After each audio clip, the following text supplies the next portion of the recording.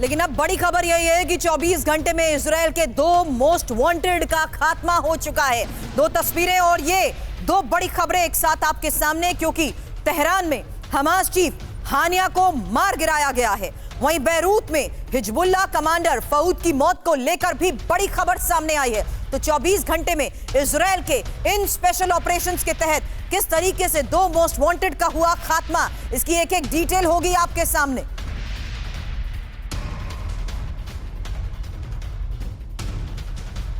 और इस बीच आपको बता दूं, lieutenant general retired Shankar Prasad sir defence expert के तौर पर हमें ज्वाइन कर चुके हैं। साथ ही दीपक वोरा सर फॉर्मर एम्बेसडर इस वक्त हमें ज्वाइन कर चुके हैं। स्वागत है सर आपका। मेरे सहयोगी मनीष झा के साथ साथ सुमित चौधरी भी इस वक्त मेरे साथ हैं। दोनों से जानेंगे इस बारे में डिटेल की आखिर किस तरीके से इन हत्याकांड को दिया गया है अंजाम। और इस वक्त हानिया पर हमले के बाद ईरान में जारी इमरजेंसी मीटिंग को लेकर क्या खबर है, क्योंकि तेहरान में खमेनेई के घर पर इमरजेंसी मीटिंग, जहां आपको बता दें सिक्योरिटी काउंसिल के साथ खमेनेई की बैठक को लेकर खबर मिल रही है। बैठक में ईरान के कुर्द्स कमांडर भी मौजूद बताए जा रहे हैं। बेहद गंभीर परिस्थितियों में ऐसी बैठक होती है। अब पलटवार को लेकर खमेनेई के घर पर हो रही बैठक के बारे में क्या इनपुट है सामने, क्योंकि इस वक्त के हालात में जिस तरीके से बैठकों का दौर शुरू हो गया है, तेहरान में खमेनेई के घर पर हो रही इमरजेंसी मीटिंग को लेकर इस वक्त ये जानकारी सामने आई है, जहां सिक्योरिटी काउंसिल के साथ खमेनेई की यह बैठक बहुत महत्वपूर्ण है।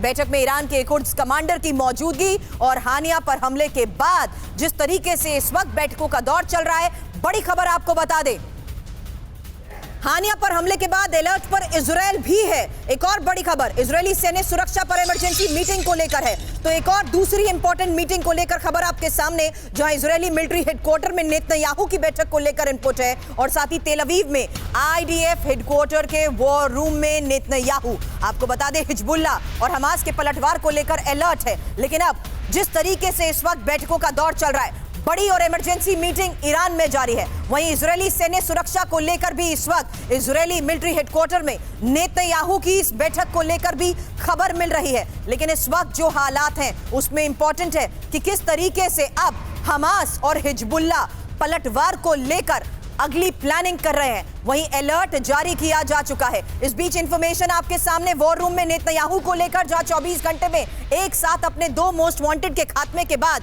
अलर्ट। वहीं तेल अवीव में इजरायली मिलिट्री हेडक्वार्टर में इमरजेंसी मीटिंग। आपको बता दें इजरायली पीएम नेतन्याहू ने वॉर रूम में सुरक्षा को तो जायजा लिया है। हिजबुल्लाह और हमास के पलटवार की आशंका के बीच अलर्ट भी जारी कर दिया गया। इसमें इंपॉर्टेंट यह है कि साउथ से नॉर्थ इजराइल तक सभी एयर डिफेंस अलर्ट मोड पर हैं, और साथ ही इजरायली एयर बेस पर रेडी टू अटैक मोड में सभी फाइटर जेट भी बताए जा रहे हैं। हालांकि इजराइल ने 24 घंटे के लिए हदेरा और हाइफा से उत्तर की तरफ एयर स्पेस को भी बंद रखने का फैसला लिया है। एक क्विक रिस्पॉन्स सुमित आपसे इस पर चाहूंगी, क्योंकि जिस तरीके से इस वक्त ये इमरजेंसी मीटिंग हो रही है, जाहिर सी बात है अलर्ट पर नेतन्याहू खुद भी हैं।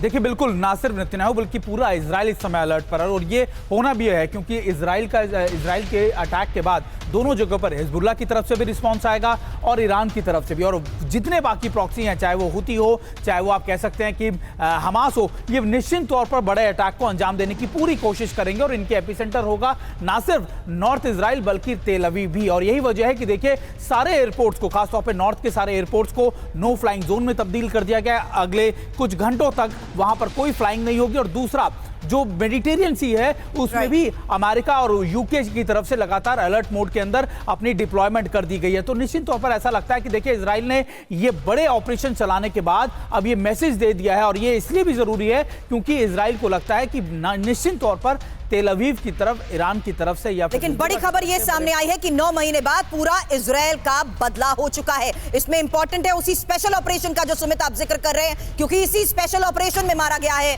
हमास चीफ इस्माइल हानिया। अब ईरान में देर रात हानिया के घर पर स्ट्राइक, हमले में तबाह हानिया का सबसे सुरक्षित ठिकाना, हानिया के साथ उसका बॉडीगार्ड भी मारा गया है। हालांकि जिस तरीके से इस हत्याकांड को अंजाम दिया गया है, बड़े खुलासे हो रहे हैं। लेकिन अब ये देखिए तस्वीर, क्योंकि हम आपको यहां बता दें कि इसी तरीके से देर रात का वो वक्त जब हानिया के घर पर स्ट्राइक को दिया गया अंजाम और मारा गया हमास चीफ इस्माइल हानिया।